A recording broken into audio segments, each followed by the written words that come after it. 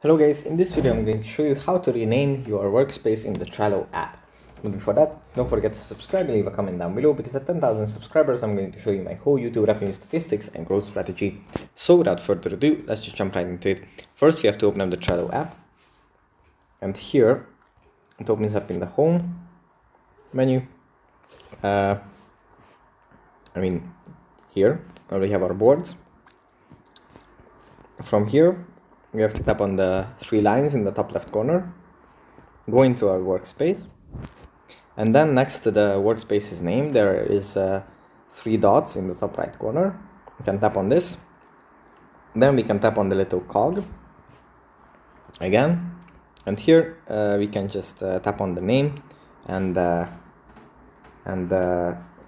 change it to whatever, Jam Workspace. That's pretty much it for this video. Hope it was helpful for you guys, and I'll see you in the next one. Bye.